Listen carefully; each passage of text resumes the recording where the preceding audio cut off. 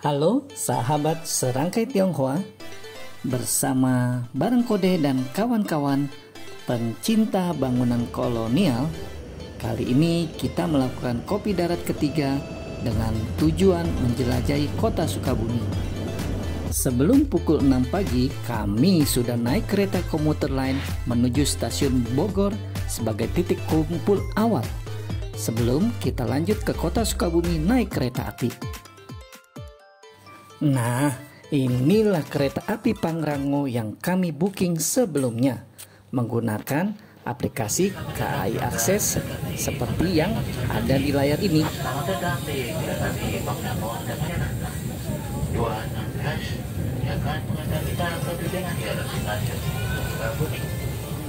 Perjalanan kali ini akan berhenti di stasiun Batu Tulis, stasiun.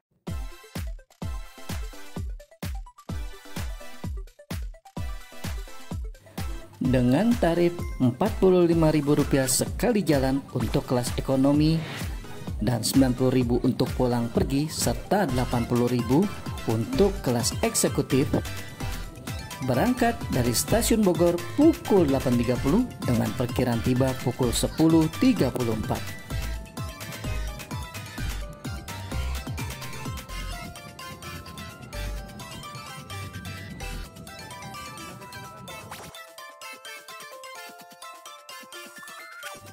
Stasiun kereta api Sukabumi ini terletak di tengah-tengah pasar.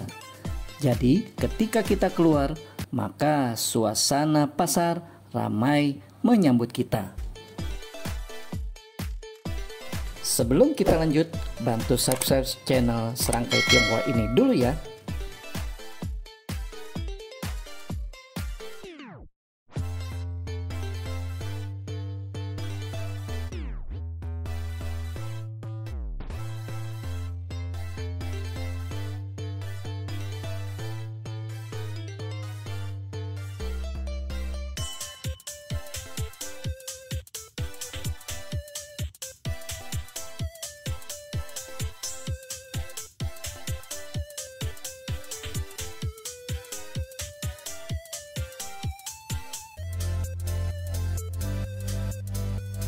Menyusuri pasar yang keramaiannya sudah mengurai karena hari sudah semakin siang,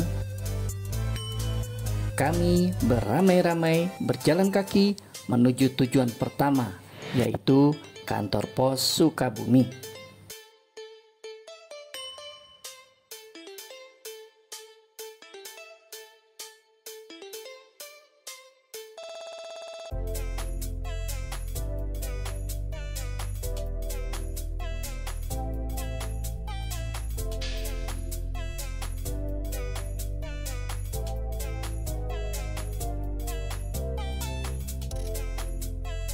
Berjarak tidak terlalu jauh, hanya memakan waktu sekitar 10-15 menitan, kita tiba di kantor pos Sukabumi. Sebuah bangunan yang aktif dipergunakan masyarakat Sukabumi dalam berkirim surat sejak tanggal 1 Mei 1873. Ternyata di bagian belakang bangunan ini terdapat kotak-kotak pos lama yang sudah hampir tidak aktif lagi, tetapi sangat indah untuk dijadikan background foto seperti ini.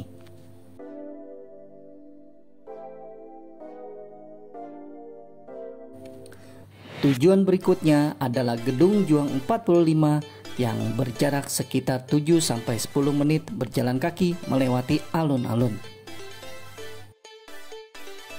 Namun, suasana sudah siang hari dan matahari cukup terik. Akhirnya diputuskan kita beristirahat, makan siang, dan menunggu sebagian sahabat yang menjalankan sholat di Masjid Raya. Beberapa sahabat mencoba makan bubur ayam bunut, salah satu rumah makan lokal di kota Sukabumi ini. Tetapi karena pagi sudah makan bubur di stasiun Bogor, maka Kode putuskan untuk makan di rumah makan ayam Bogor yang berada di sebelahnya, yang ternyata rasanya enak pakai banget.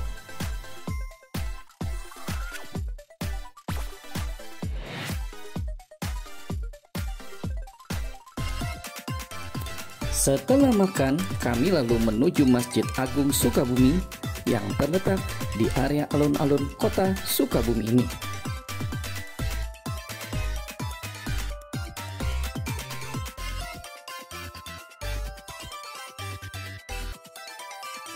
Hanya berjarak 3 menit berjalan kaki, kami tiba di Gereja Sidang Kristus, sebuah tempat peribadatan umat Kristen Protestan yang didirikan pada tahun 1911. Bangunan gereja ini pada masa penjajahan Jepang sempat difungsikan sebagai gudang oleh bala tentara Jepang tersebut. Yang setelah Indonesia merdeka, maka bangunan ini kembali berfungsi sebagai gereja bagi jemaat Gereja Sidang Kristus di kota Sukabumi ini.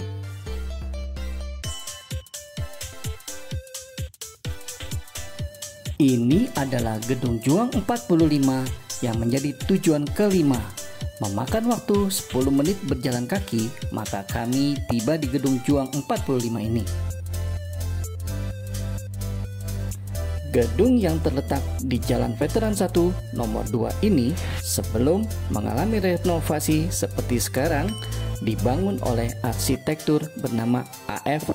Albers dan Profesor Charles Prosper Wolf Shoemaker di tahun 1899. Sempat dikuasai Jepang, namun kemudian dijadikan markas besar keamanan rakyat atau BKR oleh tentara Indonesia. Saat ini, gedung tersebut menjadi semacam gedung serbaguna yang di dalamnya dapat dipakai untuk menampilkan pertunjukan dan berlatih seperti yang kita lihat pada adik-adik yang berlatih tari ini.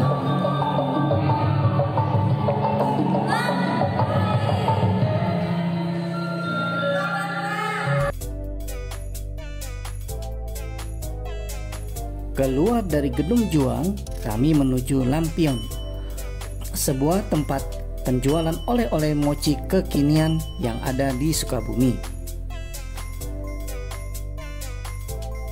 Yang berkesan, perginya kami naik angkot, satu mobil yang kami charter untuk kami naiki beramai-ramai. Rasanya juga ramai.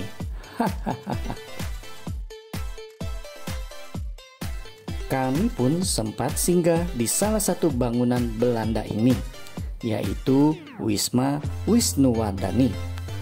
Sebuah gedung tua yang megah, tidak jauh dari pertigaan Jalan Bayangkara, namun sudah tidak berpenghuni. Kunjungan terakhir sebelum kita balik ke stasiun guna mengejar kereta terakhir ke Bogor adalah Wihara Widi Sakti, sebuah kelenteng yang dibangun pada tahun 1908 bersamaan saat wabah kolera menyerang ribuan masyarakat Sukabumi. Yang keindahan dan narasi sejarahnya dapat sahabat lihat pada tautan di atas.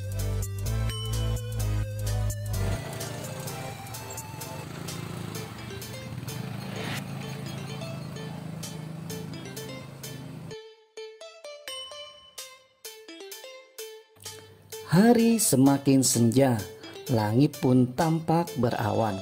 Kami pun bergegas menuju stasiun kereta api.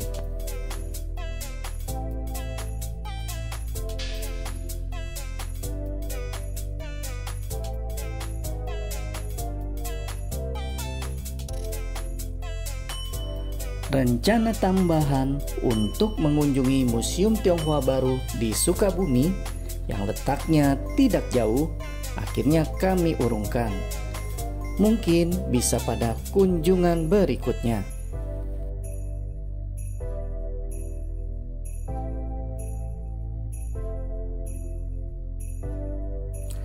Adakah sahabat serangkai Tionghoa yang mau ikut ke museum baru di kota Sukabumi ini?